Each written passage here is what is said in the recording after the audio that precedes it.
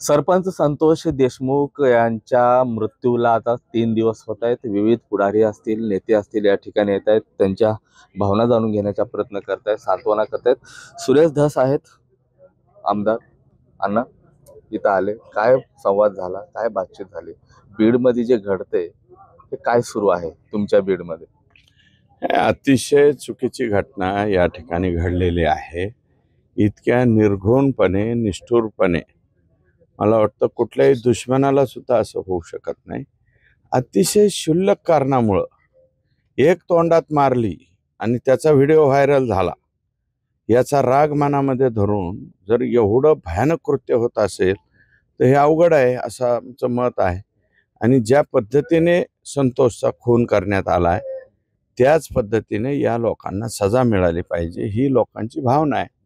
या खुनामागे कोण आहे नेमकं?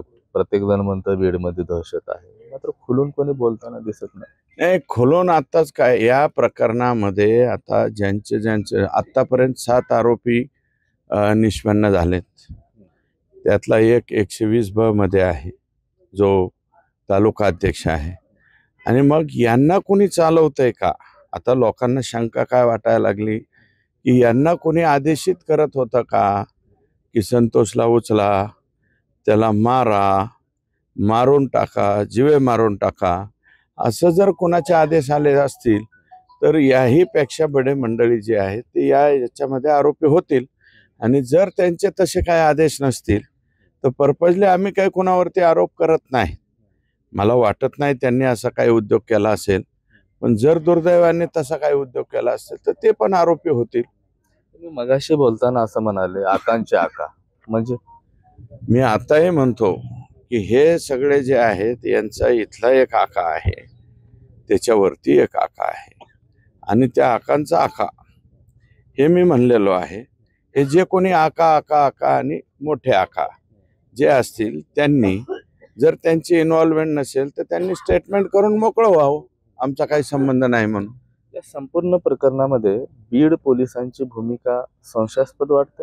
नाही, बीड पोलिसांची नाही, फक्त केजच्या पोलिसांच्या मधल्या एका छोट्या अधिकाऱ्याची, तिथल्या एका कर्मचाऱ्याची, आणि FIR तातडीने न करणं, तातडीनं 3 तास वेळ घालवला ह्या लोकांना. 3 तासाच्या आत, कारण ते एवढ्याच रेडियसमध्ये 5 किलोमीटरच्याच रेडियसमध्ये ते फिरत होते. जर तातडीने पोलिसांनी कारवाई केली असती, त्यांना पकडून आणलं असतं तर संतोष देशमुखचा जीव गेलाच नसता ना, वाचला असता ना. आणि त्याच्या छातीवरती संपूर्ण शरीर, दोन्ही पायाने जोरात अशा, प्रतीक घुले का काय नावाचा तो आरोपी आहे, त्यांनी जोरात दोन्ही पाय उचलून गुडघे त्याच्या छातीवर टाकले, असं आत्ता तपासात निष्पन्न होते. 2 वेळा उडी मारल्यावर माणूस कसा जागणार? आधीच मारलेला आहे. बरं, मार काय साधा आहे का? तुम्हीच इन्क्वेस्ट पंचनाम्याचे फोटो पाहिलेत ना, व्हायरल झालेत, लोकांपर्यंत आलेत, तुमच्यापर्यंत आले. एक इंच तरी जागा, एक केसा इतकी तरी जागा त्याच्या बॉडीवर शिल्लक आहे का मार द्यायची? म्हणजे किती मारला असेल? आता तपास कोणाकडनं व्हावा, काय अपेक्षा आहेत, कारवाई कशी झाली पाहिजे, काय मागणी आहे? काय इथल्या लोकांना माहिती नाही. ग्रामस्थ थोडंसं काय, कोणीतरी भूल सोडली, CID तपास, CID तपास. CID तपासाची इथं गरज नाही. इथल्या पोलिसांच्या बाबतीत लोकांचा थोडासा गैरसमज आहे, म्हणून आम्ही आता सर्व ग्रामस्थ, त्यांचं कुटुंबीय, आम्ही सगळ्यांनी मिळून एकत्रित निर्णय घेतलाय की ॲडिशनल SP पांडकर साहेब आहेत, त्यांच्याकडं या घटनेचा तपास द्यावा. आणि पांडकर साहेब जे आहेत ते चांगल्या पद्धतीचा तपास करतील, आणि त्यांनी LCBला हाती घ्यावं. इकडे एक ॲडिशनलची पोस्ट आहे आमच्याकडं, त्यांना हाती घ्यावं. DYSP कमलेश मीना आहेत, त्यांना हाती घ्यावं, आणि त्यांच्या मार्गदर्शनाखाली हा तपास व्हावा, असं आता लेखी निवेदन आम्ही पोलीस स्टेशनला जाऊन देतोय. सरकारी वकिलांची पण तुम्ही मागणी केली, कोण हवंय? कारण लवकरात लवकर नियुक्ती झाली पाहिजे. चार्जशीट दाखल झाल्याच्या नंतर नाही, चार्जशीट आपल्याला 90 दिवसामध्ये दाखल करावं लागतं कुठल्याही घटनेचं. आणि जर 90 दिवसाच्या पुढं ढकललं तर मग त्या केसेसमध्ये अडचणी येतात, किंवा हे लोकांना जामीन मिळून जातो. या लोकांना जामीन मिळाला नाही पाहिजे, अजिबात मिळालं नाही पाहिजे. कारण हे जर बाहेर आले तर हे आणखी त्यांच्याकडे लिस्टच होती. संतोष देशमुखवरती त्यांनी आळं हाणलंय आणि आणखी 3-4 जणांचे नाव आहेत. म्हणजे 4 मर्डर करायचे होते यांना, तर एकच मर्डर झालाय. तर हे जर बाहेर सुटले तर आणखी 3 मर्डर करून बसतील. त्याच्यापेक्षा सरकारी वकील म्हणून याच्यामध्ये उज्ज्वल निकम साहेबांची नियुक्ती करावी. म्हणजे काय आहे, ते तपासाच्या वेळी सुद्धा थोडीशी माहिती घेतात. त्यांची कार्यपद्धती मला माहिती आहे. आणि मोठमोठाले खटले, कारण कोपर्डीच्या वेळेस सुद्धा मी स्वतःच कोपर्डीचा गुन्हा दाखल करायला मी होतो. त्याच्यामुळं मला ती कल्पना आहे.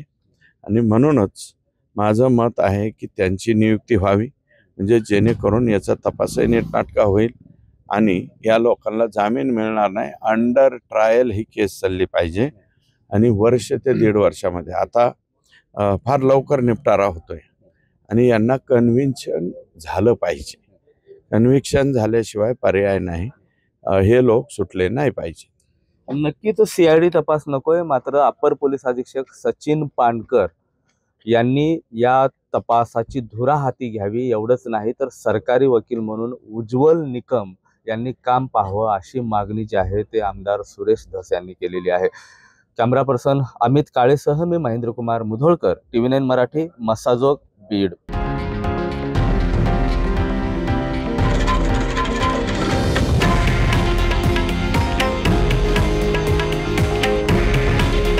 हे आहे देशातील नंबर 1 न्यूज नेटवर्क आणि आपण पाहत आहात TV9 मराठी. काळजी तुमची, हित महाराष्ट्राचं.